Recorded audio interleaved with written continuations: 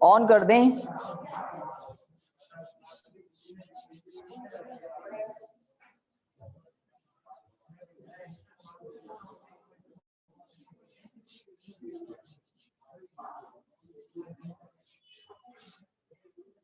Okay, तो last topic हमारा हो गया था perfectly in elastic bodies. Chapter fresh start किया था, कुछ डेफिनेशंस, इंपॉर्टेंट डेफिनेशंस हमने की थी चैप्टर नंबर 9, और उसमें पहला हमने पढ़ा था यस फोर्स। कौन सा फोर्स? डीफॉर्मिंग फोर्स।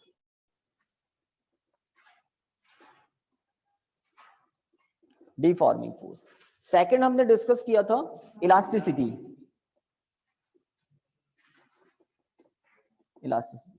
देन हमने बात की थी लिमिट ऑफ इलास्टिसिटी। तो उसमें आपको याद है आईएमपी किस पर कहा था मैंने? इलास्टिसिटी। ठीक है। डीफॉर्मिंग फोर्स क्या होता है?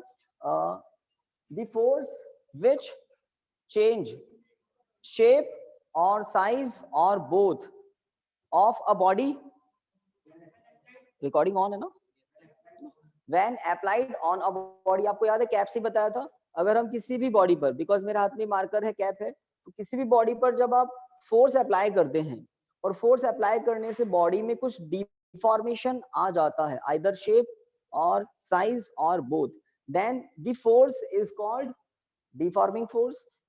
इलास्टिसिटी के बारे में हमने कहा था, जब हम डिफॉर्मिंग फोर्स अप्लाई करते हैं देन उसको रिमूव कर देते हैं, हटा देते हैं, तो बॉडी वापस अपने ओरिजिनल शेप और साइज को रिगेन कर लेती है। The property is called elasticity. The property is called elasticity. Then हमने बात की थी लिमिट ऑफ इलास्टिसिटी। ऐसा नहीं है कि मैं इस पर फोर्स अप्लाई करूं और उसके बाद फोर्स को रिमूव कर दूं और बॉडी हमेशा अपनी ओरिजिनल शेप साइज में आ जाएगी, नहीं। आपको याद है उस कैप को और मैंने बहुत ज्यादा फोर्स अप्लाई कर दिया था और उसमें कुछ परमानेंट डिफॉर्मेशन भी हो गया था। ट्रू, परमानेंट डिफॉर्मेशन हो गया था। तो इसका मतलब इलास्टिसिटी की कुछ लिमिट होती है ना। और हम क्या कहते हैं? The restoring force beyond which the restoring force, the deforming force लिखा होगा, देखो, है ना, the deforming force. True, the deforming force beyond which body loses its property of elasticity is called limit of elasticity. Then बात की थी हमने, दो टाइप पढ़ लिए थे ना, perfectly elastic bodies, perfectly inelastic bodies. perfectly elastic bodies क्या होती है? deforming force अप्लाई किया, रिमूव किया, तो वो अपनी ओरिजिनल शेप और साइज को इमीडिएटली, दो वर्ड ध्यान रखना है, इमीडिएटली मतलब बहुत कम टाइम लगता है, इमीडिएटली और कंप्लीटली, है ना, immediately and completely regains its original shape and size, ऐसा ही कुछ लिखा था। और फिर हमने कहा था परफेक्टली इनइलास्टिक कौन है, और परफेक्टली इलास्टिक का एग्जांपल भी आपने लिखा था, क्वार्ट्ज, फॉस्फोर, ब्रॉन्ज। ये दो नाम याद रखने मेटल्स के, quartz, phosphor, bronze. Perfectly inelastic bodies की बात करें तो वो बॉडीज जिन पर डिफॉर्मिंग फोर्स अप्लाई किया, डिफॉर्म हो गए, डिफॉर्मिंग फोर्स हटाया, रिमूव किया, तो बॉडीज अपने ओरिजिनल शेप और साइज को बिल्कुल रीगेन नहीं करती। नो, एट ऑल लिखा था ना, बिल्कुल रिगेन नहीं करती। तो परफेक्टली इनइलास्टिक बॉडी। और एग्जांपल से बात ज्यादा समझ में आती, क्या था? Plaster of Paris, putty, mud, इन पर अगर डिफॉर्मिंग फोर्स अप्लाई किया तो उनमें डिफॉर्मेशन परमानेंटली हो जाता है, फोर्स हटाओगे तब भी वो अपने ओरिजिनल शेप और साइज में नहीं आएगी, परमानेंटली डिफॉर्म हो जाती है। चलिए, आज का फर्स्ट हेडिंग तो कुछ डेफिनेशंस हुई थी, दैट्स इट, और कुछ नहीं हुआ था। अब आज का फर्स्ट हेडिंग लिखिए,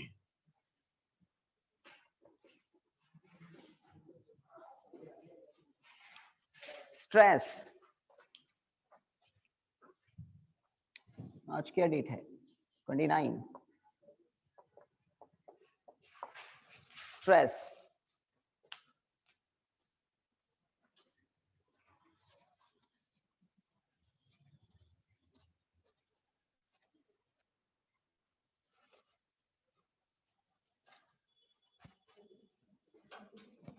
मैथ वाले को है क्या? आज मैथ की क्लास है ना? ठीक है। हाँ, तो सामने देख ले, पहले थोड़ा समझेंगे फिर डेफिनेशन लिखेंगे। देखिए स्ट्रेस क्या होता है थोड़ा समझते हैं। अगर इमेजिन करना है आपको, हमारे पास एक रबर बैंड है और वो शेप में कैसा है, सिलिंड्रिकल है, थोड़ा थिक है, रबर बैंड है और वो कैसा है, सिलिंड्रिकल है, काफी लेंथ है उसकी, छोटा सा पोर्शन मैंने दिखाया है और थोड़ा मैग्नीफाई करके जूम करके बड़ा करके हमने यहाँ दिखाया हुआ है। जब हम इसके एक एंड को फिक्स कर दें, जैसे हाथ से पकड़ लें, ऐसे ग्रिप कर लें, है ना, और दूसरे एंड पर लोड अप्लाई करें या पकड़ कर ही उसको स्ट्रेच करें, यहाँ पर हम नीचे की तरफ यहाँ पर फोर्स अप्लाई कर रहे हैं, एफ फोर्स नीचे की तरफ अप्लाई कर रहे हैं, तो आप देखेंगे रबर बैंड की लेंथ इंक्रीज होगी। ओके, अब रबर बैंड के अंदर किसके मॉलिक्यूल्स हैं, रबर के। हर सब्सटेंस के अंदर एटम मॉलिक्यूल्स होते हैं, एटम्स होते हैं, मॉलिक्यूल्स होते हैं, एटम्स से मॉलिक्यूल्स बनते हैं, तो रबर बैंड है तो उसके अंदर किसके मॉलिक्यूल्स हैं, रबर के मॉलिक्यूल्स हैं। उन मॉलिक्यूल्स में इंट्रा मॉलिक्यूलर अट्रैक्शन फोर्स होता है, intra molecular attraction force, intra molecular attraction force. तो जब आप फोर्स अप्लाई करते हो, कौन सा फोर्स, इस फोर्स को हम कहते हैं, सही बात है ना, इस फोर्स को हम कहते हैं डिफॉर्मिंग फोर्स। जब आप किसी रबर बैंड पर डिफॉर्मिंग फोर्स, ये एक एग्जांपल है रबर बैंड, है ना, सभी पर ऐसी तरह से होता है, जब हम इस पर डिफॉर्मिंग फोर्स अप्लाई करते हैं तो रबर के अंदर जो मॉलिक्यूल्स हैं, रबर के अंदर जो मॉलिक्यूल्स हैं वो इस डिफॉर्मिंग फोर्स के अगेंस्ट फोर्स अप्लाई करते हैं। ऐसा नहीं है कि आप थोड़ा सा फोर्स अप्लाई करोगे और रबर बैंड की लेंथ बहुत फटाफट इंक्रीज हो जाएगी, नहीं। कौन अपोज करता है इसका, डिफॉर्मिंग फोर्स का अपोज कौन करता है, रबर के मॉलिक्यूल्स में जो इंट्रा मॉलिक्यूलर अट्रैक्शन फोर्स है ना, वो अपोज करता है इस डिफॉर्मिंग फोर्स का, है ना। जब आप डिफॉर्मिंग फोर्स रिमूव कर देते हो तो रबर बैंड को वापस अपनी ओरिजिनल शेप में कौन लेकर आता है, मॉलिक्यूल्स के अंदर इंट्रा मॉलिक्यूलर अट्रैक्शन फोर्स वापस अपनी, है ना, ओरिजिनल स्टेट में लाने की कोशिश करते हैं इंट्रा मॉलिक्यूलर अट्रैक्शन फोर्स। तो जब आप डिफॉर्मिंग फोर्स अप्लाई करते हो तो बॉडी के अंदर because of intramolecular attraction force body के अंदर क्या जनरेट हो जाता है, रीस्टोरिंग फोर्स, रीस्टोरिंग फोर्स, है ना। क्या बोल रहा हूं, डिफॉर्मिंग फोर्स के अपोजिट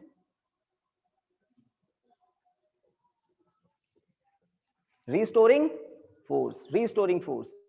तो हम कहते हैं, अभी बिकॉज ये सिलेंड्रिकल है तो आप इनका एरिया ऑफ क्रॉस सेक्शन कुछ समझते हैं, सिलेंडर का एरिया ऑफ क्रॉस सेक्शन होता है A equal to pi r square.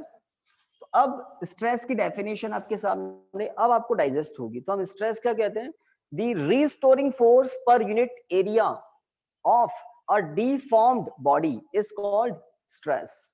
वापस सुन लें, द रीस्टोरिंग फोर्स पर unit area of a deformed body is called stress.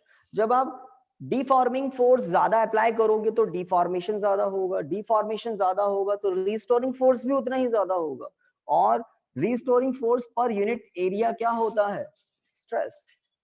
तो स्ट्रेस की यूनिट होती है जो प्रेशर की यूनिट होती है, जैसे होता है ना फोर्स अपॉन एरिया, प्रेशर होता है क्या, प्रेशर इक्वल टू क्या होता है, फोर्स अपॉन एरिया।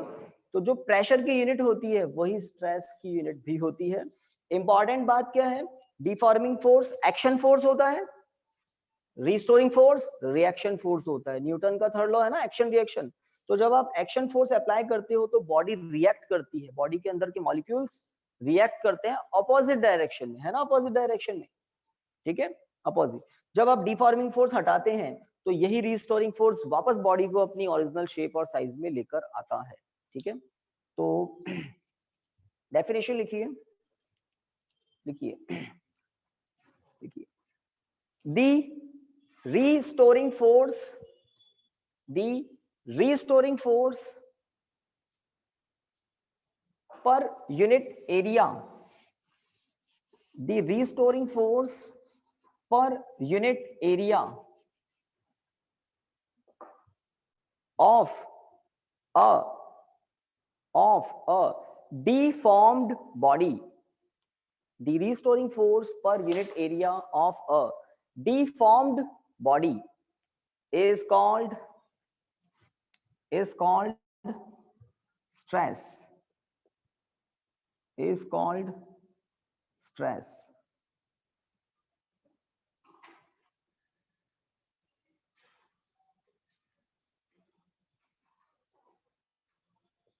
तो मैंने जस्ट एक सिलेंड्रिकल बॉडी दिखाई है, आइदर रबर बैंड और मेटल्स के वायर जो होते हैं ना, उनकी भी लेंथ इंक्रीज हो जाती है अगर उनकी लेंथ वाइज फोर्स अप्लाई करें। तो F मींस एफ डी लिख दूं, डिफॉर्मिंग फोर्स, और ये है रिस्टोरिंग फोर्स। और यहाँ पर ये है इसका area, capital A, area of cross section भी बोल सकते हैं। तब स्ट्रेस क्या होता है, एफ आर अपॉन ए।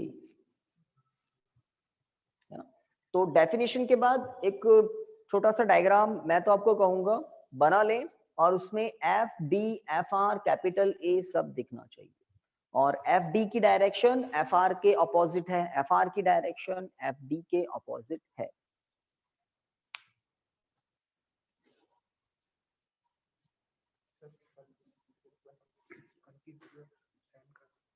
बिल्कुल कर दो, है ना, ओके।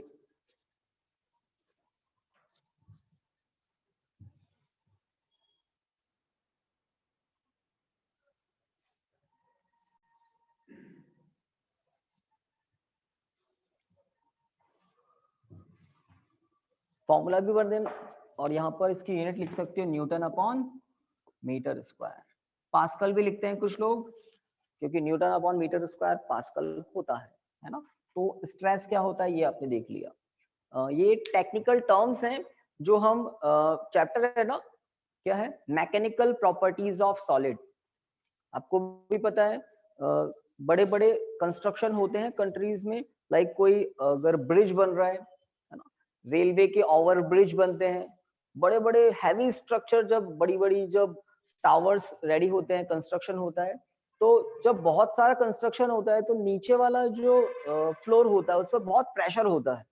या अगर आप देखें रेलवे के जो कंस्ट्रक्शन होते हैं, एक पोल से दूसरे पिलर, एक पिलर से दूसरे पिलर के बीच में काफी गैप है, और बीच में काफी सपोर्ट जैसे गर्डर वगैरह हैं, तो इनके ऊपर कितना लोड होगा, कैलकुलेशन होती है सारी कि कितना लोड सस्टेन कर सकते हैं। उससे ज्यादा अप्लाई कर दे तो ब्रेक भी हो सकता है, या डिफॉर्मेशन भी हो सकता है, उनकी इलास्टिसिटी का सब कुछ कैलकुलेशन होता है। तो ये जो चैप्टर नंबर 9 हम पढ़ेंगे, इसमें मैकेनिकल प्रॉपर्टीज का डिस्कशन जब करेंगे तो इन टर्म्स को काफी यूज लिया जाता है, इन टर्म्स को यूज लिया जाता है। जब किसी बॉडी पर डिफॉर्मिंग फोर्स आता है तो अंदर इंट्रामोलिकुलर अट्रैक्शन फोर्स काम करने लग जाता है, और वो क्या अप्लाई करता है, अपोजिट फोर्स, इसको बोलते हैं restoring force. Then restoring force पर यूनिट एरिया क्या होता है, स्ट्रेस। ठीक है, तो आई थिंक डेफिनेशन याद हो जाएगी। दूसरा हम बात कर लेते हैं टाइप्स ऑफ स्ट्रेस, है ना, types of stress.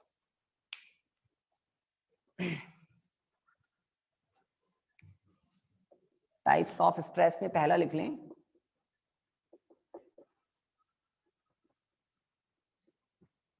Tensile stress, tensile stress.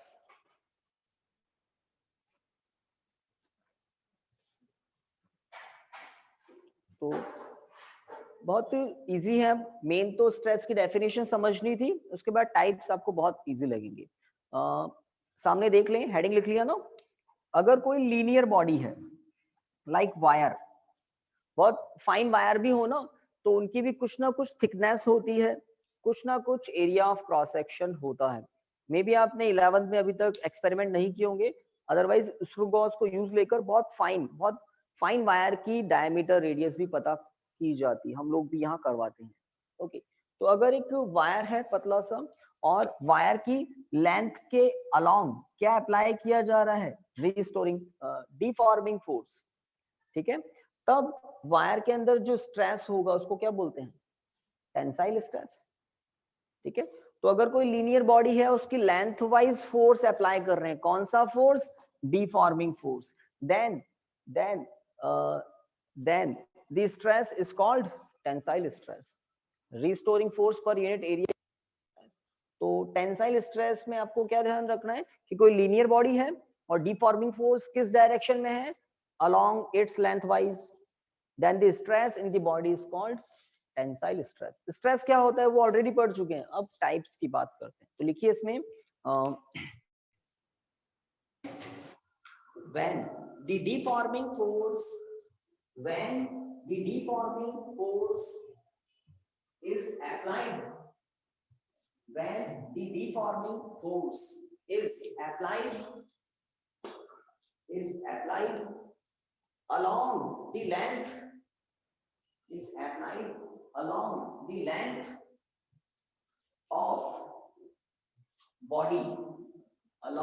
length of body, then the stress in the body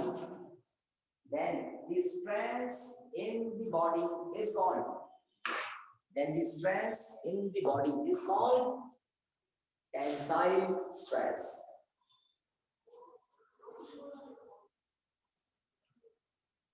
तो इस चैप्टर में आपको मतलब जैसे चार्ट बनता है ना, जैसे ट्री होता है, ट्री के फिर ब्रांचेस निकलती है ना, तो आपको बहुत ठंडे दिमाग से इसको कम वोल्टेज यूज करते हैं इसको पढ़ना कि ब्रांचेस निकल रही है। आपको पहले पढ़ा इलास्टिसिटी वगैरह, उसके बाद एक इंपॉर्टेंट बात आई स्ट्रेस। आपको इसको बहुत अच्छे से क्लियर कर लेना है दिमाग, बहुत ही पूर्ण दिमाग रखते हुए। स्ट्रेस क्या होता है? Restoring force per unit. भूल जाए तो वापस याद दिला दें, और फिर हम टाइप्स ऑफ स्ट्रेस की बात करें। तो कोई सा भी टाइप हो, ये बात तो हमेशा होगी, एफ अपॉन ए तो हमेशा होगा। सेकंड,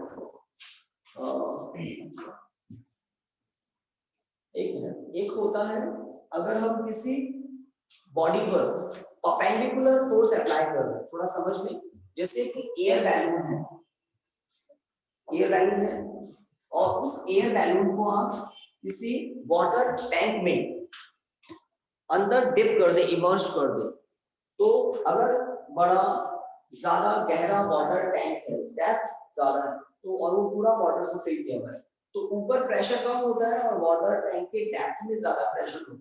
ऊपर वाला वाटर नीचे प्रेशर अप्लाई करता है। या ओशियन की बात करें तो जैसे जैसे डेप्थ में जाते हैं प्रेशर बढ़ता जाता है, और वाटर जो सरफेस पर फोर्स अप्लाई करता है वो बढ़ता जाता है जैसे जैसे डेप्थ बढ़ती जाए।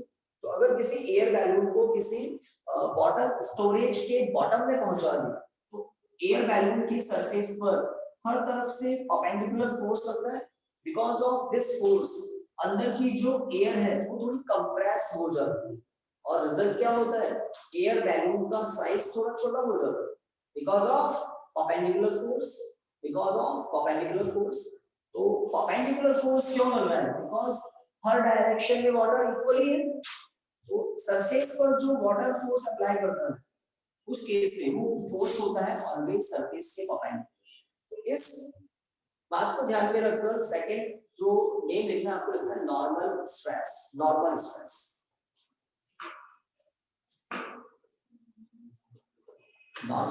स्ट्रेस। ओके, टेंसाइल स्ट्रेस में डिफॉर्मिंग फोर्स किस डायरेक्शन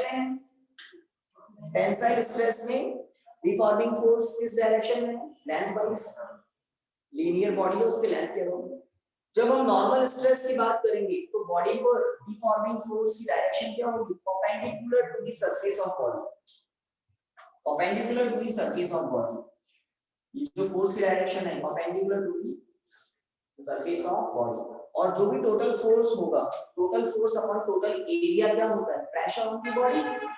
बट हम प्रेशर की बात नहीं कर रहे, हम हर पॉइंट पर परपेंडिकुलर फोर्स की बात कर रहे हैं। तो लिखिए नॉर्मल होता है ना, नॉर्मल परपेंडिकुलर एक ही बात है। ओके, लिखिए when the deforming force is applied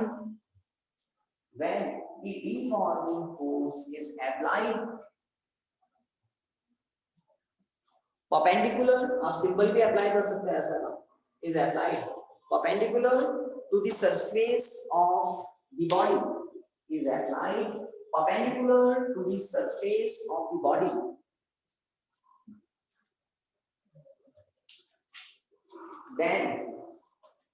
then stress in the body is called the body is called normal stress, is called normal stress. तो जैसा नाम है वैसा ही कुछ काम है, ठीक है।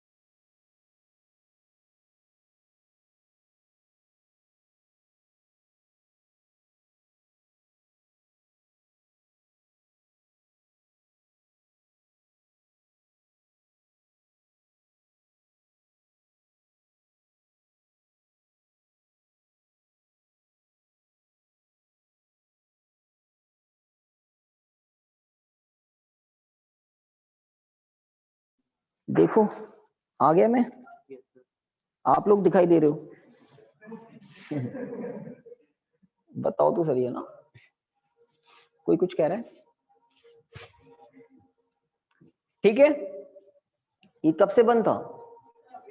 अभी हुआ था ना, फिर ठीक है।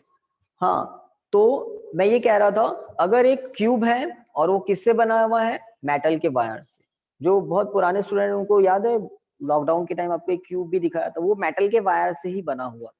उस पर अगर हम ज्यादा फोर्स अप्लाई कर दें तो वो बहुत अच्छे से डिफॉर्म भी हो सकता है, मतलब उसका शेप साइज चेंज भी हो सकता है। ओके, तो इमेजिन हमने कर लिया यहाँ पर।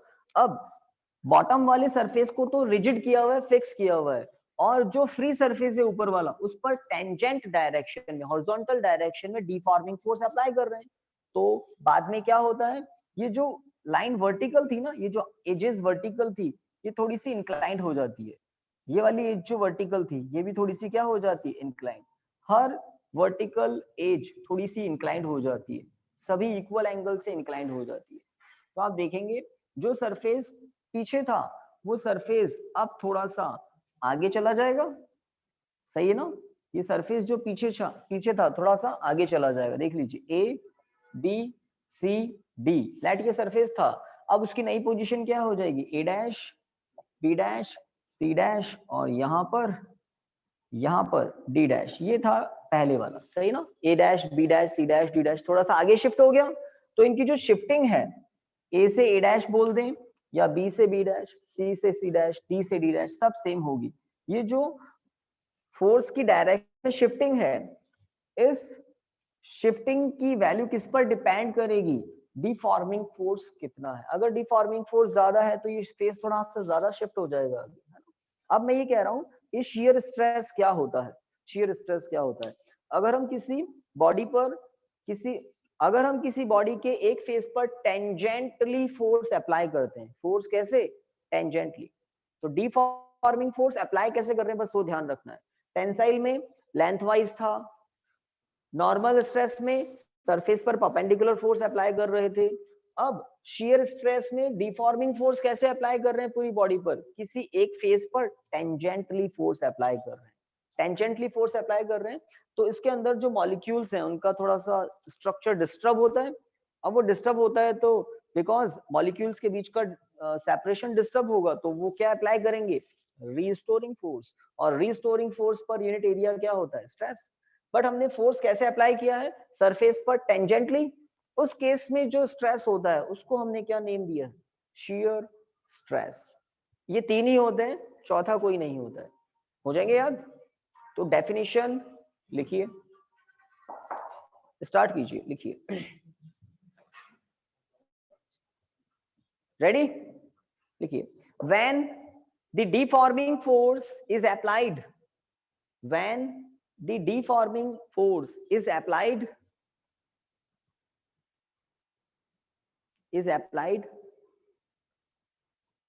tangentially on the surface of वापस सुन ले, when the deforming force is applied tangentially on one surface of, on one, ऐसा लिख देना, on one surface of the body, on one surface of the body, then stress in the body is called, then the stress, THED apply कर देना, then the stress in the body is called shear stress, shear stress. इसका एक और example दे सकता था मैं, ये diagram वगैरह अभी कुछ नहीं बनाने हैं ना, जैसे एक थोड़ी सी ज्यादा नंबर ऑफ पेपर्स की डिक्शनरी है, थिक बुक है, समझ रहे हैं, वो रखी हुई है बिल्कुल परफेक्टली, आपको क्यूबॉइड दिख रहा है ना, अगर एक बड़ी सी डिक्शनरी अच्छे से रखी हुई है तो उसका शेप कैसा होता है, क्यूबॉइड जैसा, ठीक है। आपने कवर ओवर सब हटा रखा है और आपने उसके सबसे ऊपर वाले सरफेस पर थोड़ा टेंजेंटली फोर्स अप्लाई किया, तो आप देखेंगे वो थोड़ा सा डिफॉर्मेशन आ जाएगा, थोड़ा सा डिफॉर्मेशन आएगा। तो जब आप फोर्स अप्लाई करेंगे तो जो डिफॉर्मेशन अगर जब आपको दिखाई देगा, उस केस में ये स्ट्रक्चर कैसा होता है आपको इमेजिन कर सकते हो। बस वहां पर तो क्या होता है, बहुत सारे पेपर्स होते हैं, हर पेपर म्यूचुअली ज्वाइंट थोड़ी है, वो तो क्या फ्रिक्शन होता है, इसलिए वो एग्जांपल मैंने यहाँ नहीं दिया। अगर कोई सॉलिड सिलेंडर है, लाइक सॉलिड सिलेंडर, इसके भी तो अपोजिट फेसेस है ना, पैरेलल फेसेस। एक सॉलिड सिलेंडर है, मेटालिक सिलेंडर है, उसका बॉटम वाला या ऊपर वाला कोई भी एक फेस को क्या कर दिया, फिक्स कर दिया, बिल्कुल मोशन नहीं होगा इसका, और ऊपर वाले फेस पर टेंजेंटली फोर्स अप्लाई कर रहे हैं, और वो बहुत स्ट्रांग फोर्स है क्योंकि मेटालिक सिलेंडर है ना, तो इसकी जो सरफेस है, इसके सरफेस थोड़ा आगे शिफ्ट हो जाएंगे। तो इस केस में जो स्ट्रेस होता है उसको हम क्या कहते हैं, शेयरिंग स्ट्रेस। तो आपको क्या ध्यान देना है, डिफॉर्मिंग फोर्स किस तरह से अप्लाई हो रहा है, लेंथ वाइज है तो आप कह देंगे टेंसाइल स्ट्रेस, अगर पूरी बॉडी पर सरफेस पर परपेंडिकुलर फोर्स अप्लाई कर रहे हैं तो नॉर्मल स्ट्रेस होगा, और अगर बॉडी के किसी एक पर्टिकुलर फेस पर टेंजेंटली डिफॉर्मिंग फोर्स है तो आप कौन सा स्ट्रेस कहेंगे, शियर स्ट्रेस। हो जाएगा याद? ओके, तो इसके बाद एक डेफिनेशन आती है स्ट्रेस, और उसके बाद एक डेफिनेशन आती है स्ट्रेस हो या अभी जस्ट स्ट्रेस पढ़ा है, उसके टाइप्स पढ़े, इसके बाद इसी का एक जोड़ीदार है स्ट्रेन। जितना स्ट्रेस इंपॉर्टेंट है उतना स्ट्रेन इंपॉर्टेंट है। तो नेक्स्ट हेडिंग लिखना है स्ट्रेन, स्ट्रेन, स्ट्रेन लिख लिया? ओके, तो पहले थोड़ा सा समझेंगे, डेफिनेशन इसकी बहुत सिंपल है, बट अगर पहले डेफिनेशन बता दें तो अंडरस्टैंडिंग वाला पोर्शन थोड़ा सा वीक हो जाता है। तो देखिए, हाँ ये रबर बैंड वाला एग्जांपल थोड़ा सा बेटर है। सुनिए, पहले रबर बैंड की एक्चुअल लेंथ इतनी थी, कब? पहले जब कोई डिफॉर्मिंग फोर्स नहीं था। इमेजिन करना है, कुछ बनाना नहीं है ना, कोई रबर बैंड था या कोई भी ऑब्जेक्ट था, लीनियर ऑब्जेक्ट था जिसकी कुछ लेंथ थी, एक्चुअल लेंथ L थी। डिफॉर्मिंग फोर्स बाद में जब अप्लाई किया तो लेंथ में थोड़ा इंक्रीमेंट हो गया, है ना, लेंथ कितनी हो गई, L प्लस डेल्टा L। हो सकता है इनिशियल लेंथ 80 सेंटीमीटर थी, फोर्स अप्लाई किया और उसके बाद 81 या 82 सेंटीमीटर हो गई, मेजर करने पर पता लगेगा। तो लेंथ में कुछ इंक्रीमेंट हुआ। अब स्ट्रेन क्या होता है? तो स्ट्रेन होता है fractional change in the shape or size of a deformed body. Change in length upon length, इसी को क्या कहते हैं? Strain. Fractional change. Delta L तो क्या है? Change in length. But delta L upon L क्या है? Fractional change in the length. ये तो लेंथ वाला एग्जाम था इसलिए लेंथ बोल रहा हूं. जब हम जनरल डेफिनेशन की बात करेंगे तो हम कहेंगे the fractional change in the shape और size of a deformed body is called strain. Strain is unitless. True. Length upon length unitless ही होगा. अगर किसी बैलून को आप किसी वाटर स्टोरेज के बॉटम में पहुंचा दें तो उसका वॉल्यूम कम हो जाएगा. तो अब हम कहेंगे delta V upon V, change in volume upon actual volume, fractional change. ठीक है. और जब हम शेयरिंग की बात करते हैं वो डिटेल में बताएंगे. अभी आपको बेसिक मैंने बताया है. चेंज अपॉन ओरिजिनल क्या होता है? स्ट्रेन. अब वो चेंज लेंथ में भी हो सकता है, वॉल्यूम में भी हो सकता है, शेप में भी हो सकता है. ठीक है ना. लिखिए स्ट्रेन की डेफिनेशन. देखिए द फ्रैक्शनल चेंज, फ्रैक्शन मतलब रेशो भी होता है ना. The fractional change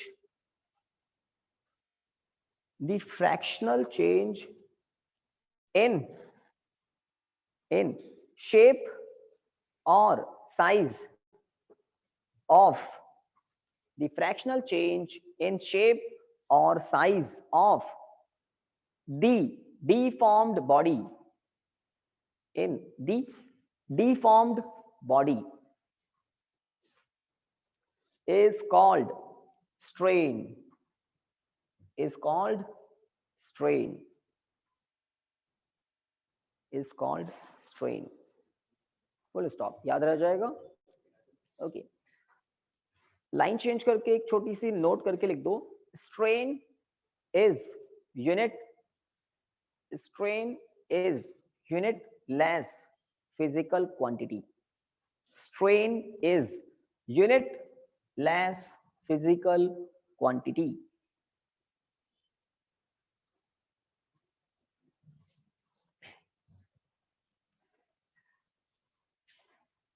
done. Okay. थोड़ा सा मैं बता देता हूं डिफरेंट बॉडीज में स्ट्रेन अलग कैसे कैसे होता है. जैसे एक एग्जांपल में आपने एक ऐसा लीनियर ऑब्जेक्ट लिया जिसके अंदर कौन से मॉलिक्यूल्स हैं? रबर के मॉलिक्यूल्स हैं, है ना.